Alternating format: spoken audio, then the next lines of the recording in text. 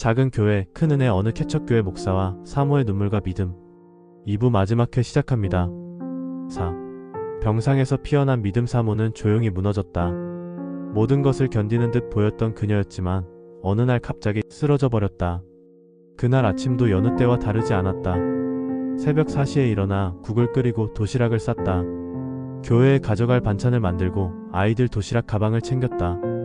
목사인 남편보다 먼저 일어나 주일학교 교재를 인쇄하고 꽃꽂이 대신 미소로 강단을 꾸몄다. 그런데 그날따라 유난히 손끝이 저렸다. 머리가 어지럽고 다리가 휘청거렸다. 그녀는 식탁에 앉아 잠깐 숨을 돌리려 했지만 그 순간 눈앞이 하얗게 변하고 그대로 쓰러졌다. 사모님, 당분간 절대 안정이 필요합니다. 병원 응급실. CT와 혈액검사, 진찰이 이어졌고 의사는 심각한 어조로 말했다. 과로와 스트레스, 영양 결핍이 겹친 상태입니다. 빈혈 수치가 위험 수준이고 면역력도 거의 바닥입니다. 무엇보다 심리적으로 너무 오래 눌려 있으셨네요. 박 목사는 침묵했다. 그 순간 자신이 평생 잊지 못할 죄책감과 마주했다. 당신은 왜 말하지 않았어? 왜 괜찮다고 했어? 그녀는 늘 웃고 있었고 늘 괜찮다고 했으며 늘 하나님이 도우실 거예요 라고 말하곤 했었다. 그녀가 그렇게 쓰러질 줄 그는 몰랐다. 아니, 어쩌면 알면서도. 목회가, 교회가, 당장 내일의 월세가 그보다 더 시급하다고 믿고 있었던 것일지도 몰랐다. 여보, 나 좀 쉬어도 될까? 병상에서 깨어난 사모는 목사인 남편을 바라보며 미소를 지었다. 그리고 힘겹게 입을 열었다.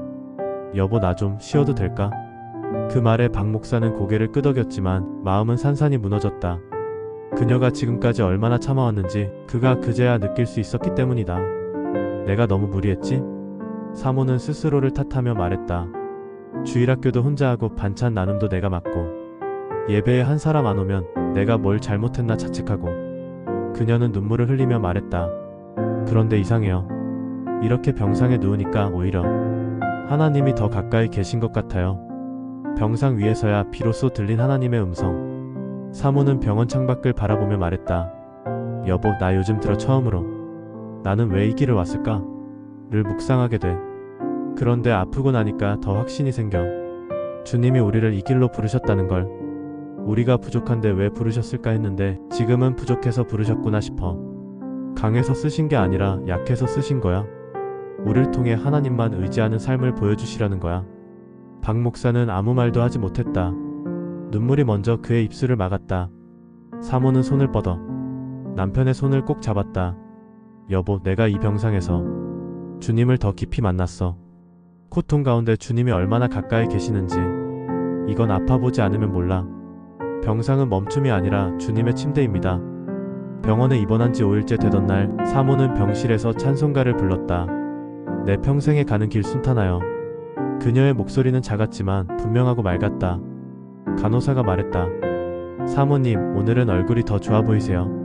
사모는 대답했다. 네, 오늘은 더 많이 주님을 생각했거든요. 그날 밤 박 목사는 병상 옆에서 성경을 펼쳤다. 그러므로 내가 그리스도를 위하여 약한 것들과 능욕과 궁핍과 핍박과 곤란을 기뻐하노니 이는 내가 약할 때 곧 강함이라. 고린도후서 12장 10절. 그 말씀은 두 사람의 눈물 위에 하나님의 위로처럼 덮여졌다. 다시 시작하자. 주님과 함께. 퇴원 후 사모는 여전히 자주 누워있어야 했다. 하지만 그녀의 눈빛은 전보다 훨씬 빛났다. 이제는 무리 안 할래요.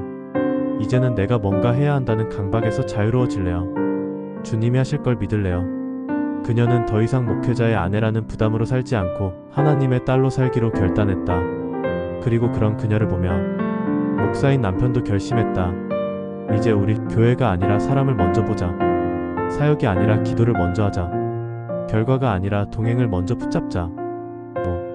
사랑은 숫자보다 깊은 것. 한때 나는 숫자의 목을 매달았다. 출석 인원, 헌금 총액, 새가족 수, 부흥회 참석자, 그리고 영상 조회수까지. 예배가 끝나면 기도보다 먼저 계산기부터 두드렸고 사역의 결실을 몇 명 왔는가로만 판단했다. 오늘은 몇 명 왔어요? 그 질문 하나에 내 하루의 기쁨과 낙담이 갈렸다. 그게 목회의 척도라고 믿었다. 숫자가 곧 부흥이고 숫자가 곧 은혜라고 생각했다. 그러던 어느 날 주님은 내게 사람은 통계가 아니다라는 사실을 가르쳐 주셨다. 목사님, 저 오늘도 와도 될까요? 개척 2년차 어느 수요일 비가 쏟아지던 오후였다. 비도 맞고 마음도 젖은 채 예배당 문을 열고 들어온 청년이 있었다. 늘 그렇듯 그날도 수요 예배 참석자는 한 명이었다. 그 청년이었다. 나는 피곤한 마음에 무심히 인사를 건넸다. 또 왔네. 고마워요. 그 청년은 잠시 머뭇거리더니 물었다. 목사님, 저 오늘도 와도 될까요? 순간 내 마음이 멎는 것 같았다. 당연하지. 자네는 여기에 언제든 올 수 있는 사람이야. 그날 예배는 찬양도 설교도 기도도 딱 그 청년 한 사람만을 위한 것이었다. 그리고 예배를 마친 후 청년은 흐느끼며 내게 말했다.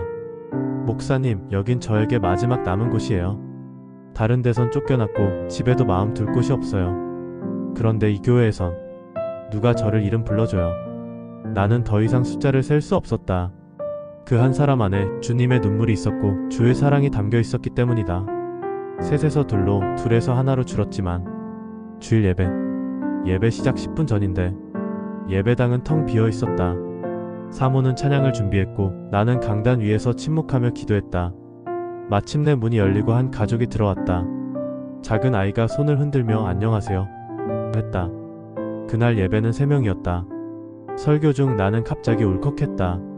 마치 예수님이 그 세 사람을 직접 보내신 것처럼 느껴졌기 때문이다. 그런 날이 반복되면 낙심이 찾아온다.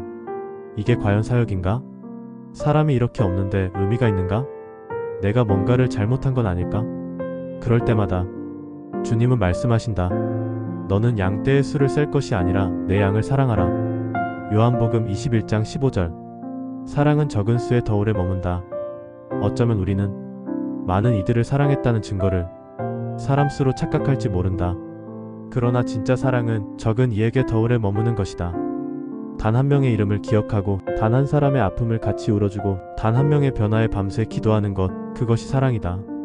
하나님은 99을 두고 71마리를 찾으러 가신 분이시다.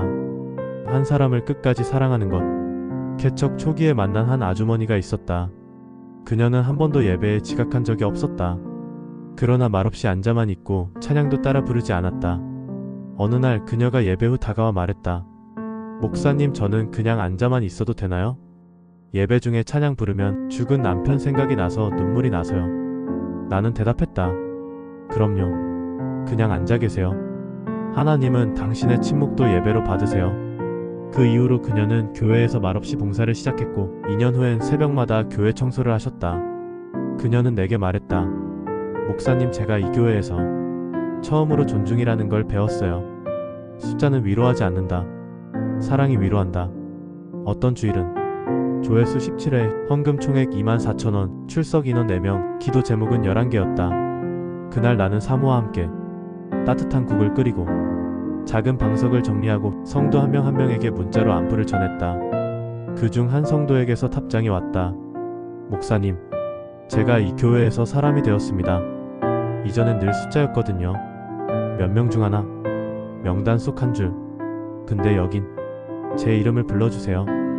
에필로그. 사랑은 결코 통계에 갇히지 않는다. 이제 나는 숫자보다 이름을 먼저 기억하려 한다. 오늘 몇 명 왔지? 보다 그 한 명의 눈빛은 어땠지? 를 먼저 묻는다. 사랑은 숫자가 아니라 깊이이고 온기이고 하나님의 마음이다. 나는 여전히 작은 교회를 섬기고 있고 여전히 자립은 어렵고 예배당은 여전히 조용하지만 하나님은 여전히 이곳에서 큰 일을 하고 계신다. 왜냐하면 주님의 사랑은 숫자보다 깊기 때문이다. 6. 사모의 손맛은 복음이었다. 누군가 말했다. 사모는 교회의 향기입니다. 하지만 나는 한 발 더 나아가 이렇게 말하고 싶다. 사모의 손맛은 복음의 향기입니다. 복음을 설교로만 전하는 이들이 있다. 복음을 찬양으로, 프로그램으로, 전도지로 전하는 이들도 있다. 그러나 이 작은 개척교회의 사모는 밥 한 끼, 반찬 한 통, 김치 한 포기로 복음을 전했다. 그리고 그 복음은 말로 전하는 설교보다도 더 깊고 더 오래, 더 따뜻하게 사람들의 마음에 스며들었다. 이 반찬이 뭐라고 눈물이 납니다. 목사님, 사모님, 이 반찬 뭐예요? 눈물이 납니다. 한 성도가 교회 식사 후 접시를 내려놓으며 말했다. 그 반찬은 특별한 요리가 아니었다. 그저 멸치볶음과 묵은지 무침, 계란말이, 그리고 된장국. 사모가 새벽에 일어나 만든 지극히 평범한 그러나 깊은 손맛이 깃든 밥상이었다. 그날 반찬을 입에 넣은 성도의 눈에서 눈물이 뚝 떨어졌다. 이 맛 어릴 때 엄마가 해주던 맛 같아요. 근데 엄마는 제가 고등학교 때 돌아가셨거든요. 그리웠는데 이게 그 맛이에요. 사모는 웃으며 말했다. 어머님이 많이 사랑하셨나봐요. 그 사랑이 기억 속에 남아 계시네요. 그리고 그 순간 그 반찬은 단순한 음식이 아니라 복음이 되었다. 한 끼를 위해 기도하는 마음. 개척 교회는 형편이 넉넉하지 않았다. 마트에 가서 장을 보면 항상 가장 싼 채소를 고르고 세일하는 고기를 놓고 망설이다 그냥 돌아서기도 했다. 하지만 사모는 절대 음식 재료를 대충 다루지 않았다. 상한 채소는 과감히 버리고 콩나물은 뿌리를 하나하나 땄다. 된장은 매번 끓이기 전에 먼저 맛을 보고 오늘은 주님이 어떤 맛을 원하실까 하며 중얼거리곤 했다. 그녀에게는 요리가 노동이 아니라 사역이었다. 주님, 이 국을 먹는 사람이 오늘 하루 따뜻한 위로를 얻게 해주세요. 이 반찬을 먹고 마음이 열려 복음을 들을 수 있게 해주세요. 그녀의 손은 움직였지만 마음은 기도하고 있었다. 그래서 그 음식엔 영혼이 담겼고 그 영혼이 성도의 마음을 두드렸다. 사랑은 국물처럼 깊게 스며든다. 한 번은 동네 독거노인 6명을 위해 사모가 된장찌개를 큰 솥에 끓였다. 직접 담근 집된장에 멸치 육수와 두부, 감자, 호박을 넣고 소금을 넣기 전 꼭 맛을 먼저 본다. 짜지 않게, 사랑이 지나치지 않게. 그날 그 노인 중 한 분이 이렇게 말했다. 여보시오, 난 된장을 싫어했어. 근데 이 된장국은 무슨 복음이 섞인 거야? 입에 넣자마자 마음이 풀리지 않소. 그 말에 사모는 웃었다. 된장보다 더 좋은 복음, 예수님이 그 안에 함께 들어간 것 같죠? 노인은 말했다. 그래, 뭔가 그리운 맛이요. 세상에서 다 잊고 살았는데 오늘은 안 잊을게요. 내가 예수라는 이름 오늘 처음 소중하게 들었어. 사모는 주방에서 목회를 시작한다. 주일 점심을 준비하는 주방은 작은 부엌 하나, 조리대 하나, 냄비 2개였다. 사모는 혼자서 10인분, 15인분씩을 조용히 준비했다. 다른 교회처럼 봉사팀도 없고 식자재 후원도 없었지만 항상 예배 후엔 팝상이 기다리고 있었다. 성도들이 나누어 먹는 그 시간, 사모는 말없이 빈 접시를 수거하고 조용히 설거지를 했다. 그녀는 말하곤 했다. 한 사람이라도 밥 먹고 웃으면 그게 오늘 예배의 열매예요. 그 손맛을 그리워해 다시 오는 사람들, 가끔은 교회를 떠났던 이들이 다시 돌아와 예배를 드린 후 말하곤 했다. 사모님, 계란찜 생각나서 왔어요. 그 묵은지 볶음이 이상하게 가끔 생각나요. 그 된장국 지금도 제일 맛있었어요. 그럴 때 사모는 웃으며 대답했다. 그 맛은 음식 맛이 아니라 주님의 맛이었나봐요. 그 음식은 다시 복음을 불러오는 기억의 복음서였다. 사람들은 그 밥상에서 환대받았고 기억되었고 사랑받았고 예수님을 느꼈다. 사모의 손은 말씀을 요리하는 손이었다. 사모는 말씀을 전하지 않았다. 강단에 서지도 설교를 하지도 않았다. 그러나 그녀는 주방에서 냄비 앞에서 조리도구를 들고 매일 사랑과 눈물로 복음을 설교하고 있었다. 그녀의 손맛은 그 자체로 설교였고 그 자체로 기도였고 그 자체로 예배였다. 7. 그럼에도 불구하고 예배는 멈추지 않는다. 어느 주일 새벽 박 목사는 조용히 예배당에 불을 켰다. 형광등 하나, 낡은 전기난로, 마른 화분 옆 십자가 조명. 그는 무릎을 꿇었다. 그리고 조용히 속삭이듯 말했다. 주님, 오늘은 몇 명이 오실까요? 아무도 오지 않아도 이 자리엔 반드시 주님이 먼저 오시리라 믿습니다. 그의 목소리는 작았지만 단단했다. 왜냐하면 그는 너무 많은 빈자리의 예배를 지나왔기 때문이다. 비가 와도 눈이 와도 아무도 없어도 그날따라 빗소리는 유난히 컸다. 목사는 주일 예배를 준비하며 찬양을 틀고 성경 본문을 정독했다. 찬양을 인도하는 사모는 작은 스피커를 조율하며 혼잣말처럼 말했다. 이번 주도 3분 오시겠지? 하지만 11시가 되었을 때 예배당엔 아무도 오지 않았다. 잠시 침묵이 흘렀다. 박 목사는 조용히 의자에 앉았고 사모는 피아노 앞에 그대로 머물렀다. 그러다 목사가 일어섰다. 그리고 강단에 올랐다. 지금부터 주일 예배를 시작하겠습니다. 예배는 사람이 모여야만 가능한 것인가? 목사는 한참을 고민했던 질문을 떠올렸다. 예배는 사람이 많아야 예배인가? 하나님은 출석 인원에 따라 임재하시는가? 그는 예배당에서 혼자 설교했던 수많은 날을 기억했다. 예배 도중 갑자기 돌아간 성도, 헌금 없이 끝난 예배, 강단에서 내려온 후 침묵만이 남아있던 시간들. 하지만 그럴수록 하나님은 더 가까이 계셨다. 때론 눈물을 삼키며 찬양을 부르고 텅 빈 의자들을 향해 설교하면서도 그는 믿었다. 주님이 예배를 가장 가까이서 듣고 계신다. 그 믿음 하나로 그는 단 하루도 예배를 쉰 적이 없다. 온라인이라는 이름의 예배당. 코로나 팬데믹이 시작되자 그들의 교회는 가장 먼저 타격을 받았다. 소규모 예배는 금지되었고 비대면 예배에 필요한 장비는 없었다. 그때 박 목사는 휴대폰 하나를 삼각대에 고정시켰고 사모는 작은 조명 대신 주방등을 켰다. 낮은 화질, 울리는 소리, 불안정한 인터넷. 그럼에도 불구하고 그들은 그날도 예배를 드렸다. 사람들은 접속하지 않았고 조회수는 12회에 그쳤지만 그들에겐 그마저도 감사였다. 주님, 이 영상을 통해 단 한 사람이라도 주님을 만나게 하소서. 그날 이후 예배 영상은 꾸준히 올라갔고 나중엔 한 청년이 연락을 주었다. 목사님, 제가 죽기 직전에 유튜브에서 그 예배를 봤어요. 그리고 다시 살아야겠다고 생각했어요. 전기요금 고지서 옆에 놓인 주보 한 장. 예배를 계속 드릴 수 있을지 고민될 때도 있었다. 교회에 쌓여있는 전기요금 고지서, 수도세 청구서, 미납 관리비. 목사는 한 번도 헌금 설교를 하지 않았다. 사모는 헌금이 없어도 주보를 만들었다. 어느 날 전기요금 고지서 위에 사모가 써놓은 주보 제목이 눈에 들어왔다. 그럼에도 불구하고 예배는 멈추지 않는다. 그 문구를 본 순간 목사의 눈에 눈물이 고였다. 예배가 사역이 아니라 고백임을 다시 깨닫게 되었다. 예배는 일이 아니다. 생명이다.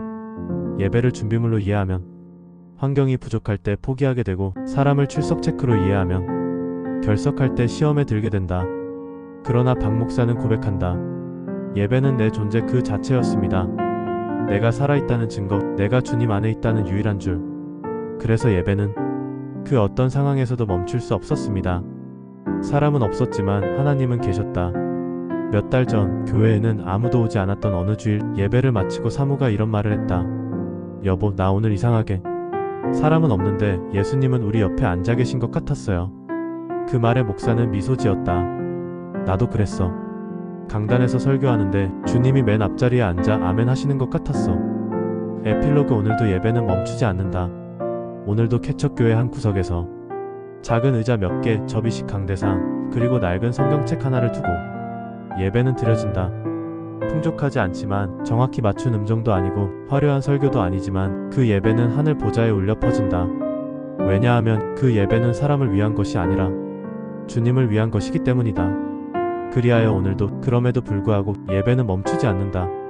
8. 끝까지 포기하지 않고 끝까지 포기하지 않고 개척 7년차.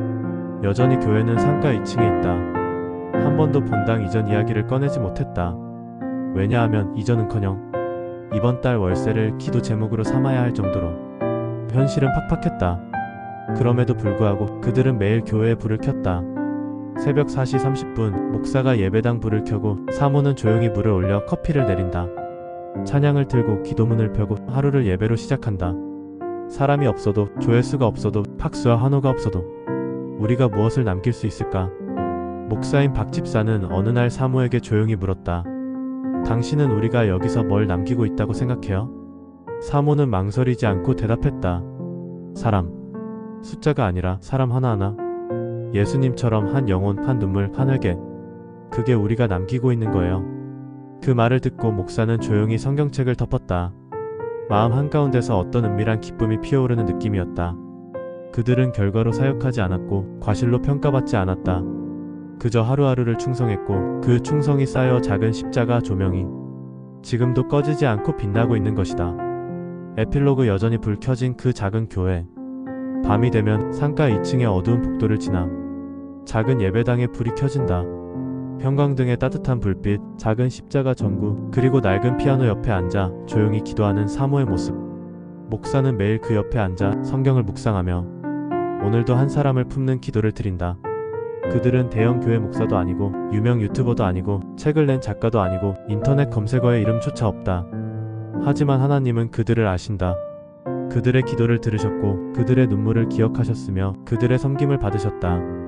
그들은 주님의 마음을 품고 살아가는 진짜 목회자였다. 그리고 오늘도 그 상가 2층의 교회는 문을 연다. 두세 사람만 모여도 예배는 멈추지 않고 헌금 봉투가 비어있어도 사랑은 계속되고 고단한 현실 속에서도 그들의 믿음은 흔들리지 않는다.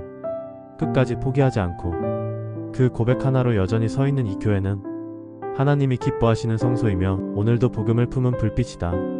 당신도 오늘 그 불 켜진 교회를 기억해 주시겠습니까? 그 이름 없는 곳에서 주님을 부르는 그 작은 공간에서 세상을 향해 기도하는 한 쌍의 종들을 위해 함께 중보해 주시겠습니까?